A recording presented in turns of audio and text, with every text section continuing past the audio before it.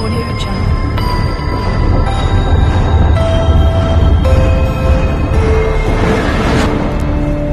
Audio Jungle. Yo, what's good, everybody? So we have a breakdown for GBP USD. Before we start, I want to give all my thanks towards my Lord and Savior, Jesus Christ. He allowed me to understand the problem, soak in the knowledge on how to avoid that mistake come next time, and go from there, right? Head on high and continue to have faith, continue to work, because we know the outcome of this trading. Let's get started, right? So GBP USD, obviously on the daily time frame. Let's go into replay mode because I want to walk y'all through what I was thinking, right? So off of the daily time frame, you can see already we are established in this beautiful upwards trend. Price recently gave me a break of structure right here, creating my area of interest being 127,694. After we created this beautiful area of interest, we then saw price pull back down to not only reject this zone, but also maintain above this area.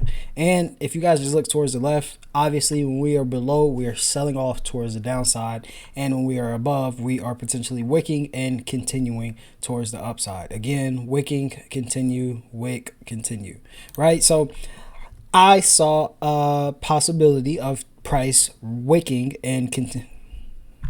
My mic's just, that was crazy. I see price wicking and continuing towards the upside. Again, I'm not a big trader with the big risk to rewards. As long as I can meet my minimum risk to reward of 1 to 2, that is what I look for. And obviously y'all can see, if we click that, we have a 1 to 2 risk to reward, right? So before we get to the entry, sorry, I'm going too fast, but the daily time frame, one, we are bullish, like I just talked about. We have already established a retest of that zone, and now we are maintaining above that zone. This is great.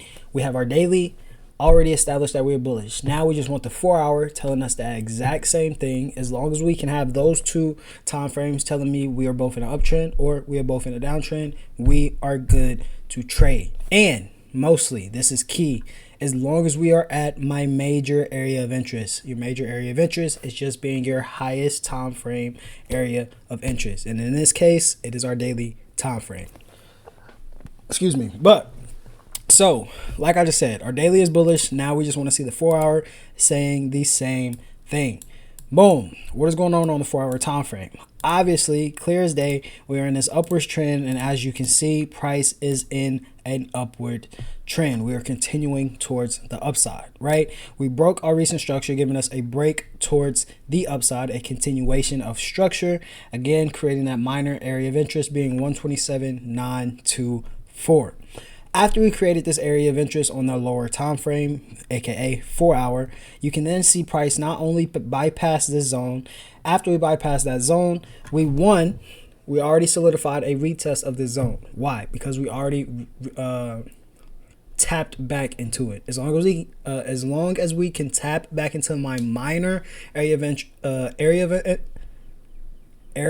interest. I don't know why I just struggled to say that, but if we can tap back into that minor area of interest, as long as we can do that, and as we tap back into, form some type of rejection towards our major area of interest, again, that is where we want to see price bounce from. The major area of interest, not the minor. So after we saw price bypass that minor area of interest, this was good because not only now are we retesting this zone, we are on our way to now retest that major area of interest. And what happened? As we got to this major area of interest on the 4-hour time frame, we formed a rejection and a beautiful bullish engulfing candle. Again, if we're able to see this bullish engulfing candle on the higher time frame, that is a good confluence that price is able to continue and push towards the upside. So let's go back. Our daily is bullish. That's good. Our 4-hour is what? Bullish. That's good. And what else are we doing? Maintaining above that major area of interest and also rejecting from this major area of interest. I'm ready to look for a trade, right? That's it. That's all. Don't overcomplicate it. So boom, we're ready to look for a trade.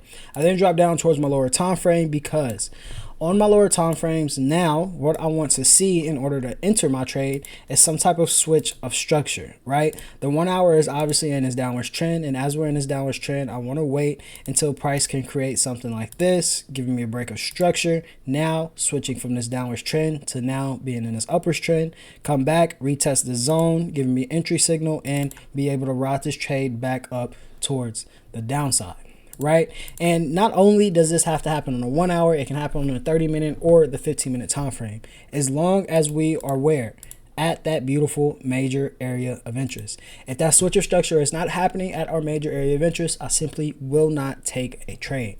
So as we drop down towards the lower time frame, you can see what I was looking for. Let's fast forward, boom, boom, boom, to 7 in the morning, New York session, and my entry, right? Going back towards the lower time frame, you can obviously see where my entry came.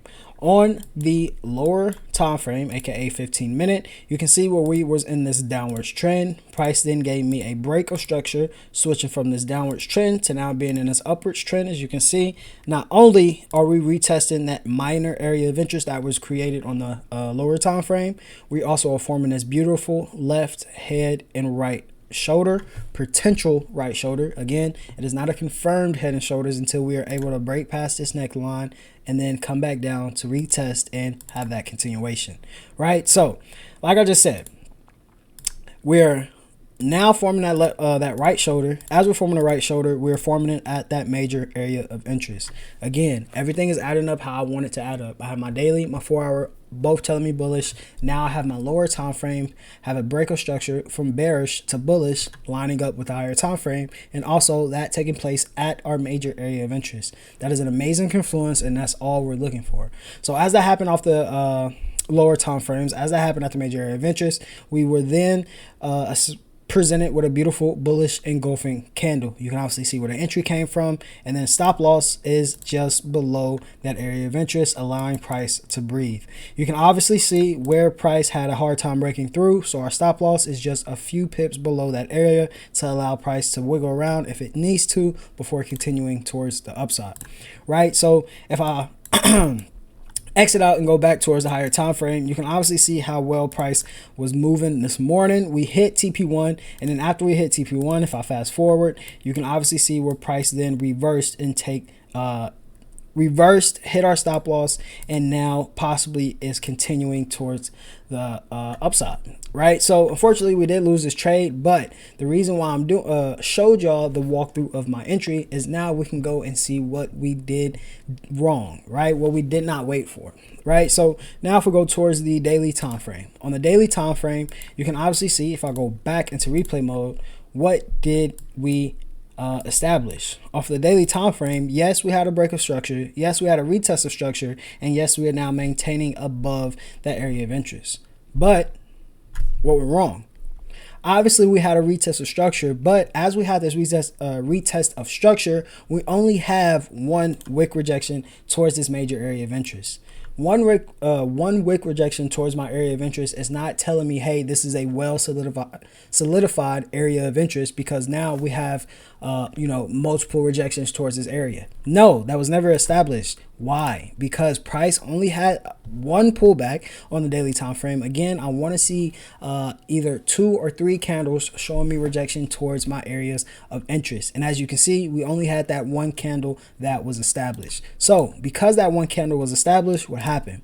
Price still has to find support. Price still has to find if this area find out if this area is a strong area of confluence. Again, you can obviously see in the past what happens. Price gets here. Not only do we have one rejection, but we have 2 rejections towards the zone. Again, 1, 2, 1, 2, 3, 4, 5, 6, 1, 2. You know what I mean? It's not just one rejection and go. It's multiple rejections and then we go. So why not allow price to have that multiple rejection before we go?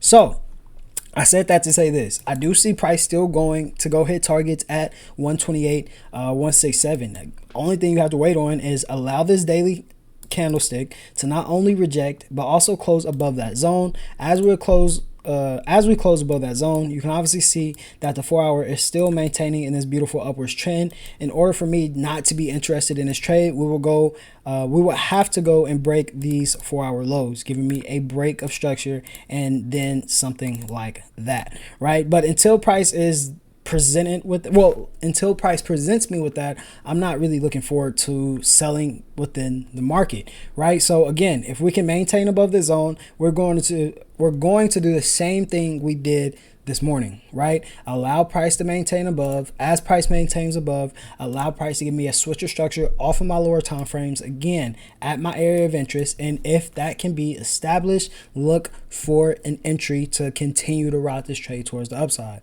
Simple as day. We made a minor mistake, but it is the reason that happened. That's why God is working. He is so good. You just gotta allow him to work, bruh. Man, he allows you to see so much stuff. But I wanted to show you all. Watch, I'm about to show you a different example. If, say, we waited until price had established the multiple rejections towards the area. I like to leave up all my entries from the past so y'all can see how I trade. Is nothing changes, right? Obviously you can see the breaking retest of right here. You can see how price rejected not once but multiple times. As price rejected multiple times, we then had the continuation towards the downside. Again, right here, what happened? Price had the breakthrough, the retest, and reject multiple times, right? It wasn't just one time and then go. It was 1, 2, 3, 4. Multiple times price found this area to be a strong area of interest, and as we found this area to be a strong area of interest, we also found support. And when we found support, we waited for the switch of structure and rolled this trade towards the upside. Same thing as right here. 1, 2. Two rejections were able to be established, and as those rejections were established, we were able to have the continuation towards the upside. So easy as day. The reason we lost is we did not allow price to establish that area as being a strong area of interest. We got to be patient. That's all it is. If we're patient, we're able to catch these big moves within the market and catch those continuations within market. Like I said, GBP USD still looks amazing to continue, and AUD USD, I am not in this trade, but again, still looks good. We have a continuation of structure. Again, you can see where the daily is bullish. We're maintaining above, and then the 4 hour, if we go down, the 4 hour is actually bearish, so we just gotta wait until the 4 hour has some type of switch of structure, like so, something like this retest, creating that inverse head and shoulders, and then a continuation like so. If that happens, right? It's not guaranteed it can happen, but that's what I will be waiting for before I enter a trade on AUD USD. But I hope you guys enjoyed this breakdown. Again, God bless you all. Stay close with Christ because he is amazing. He will guide you to a land that you can only imagine and only dream about. I'm gone. Stay blessed, and I'll catch you guys in the next one. Peace.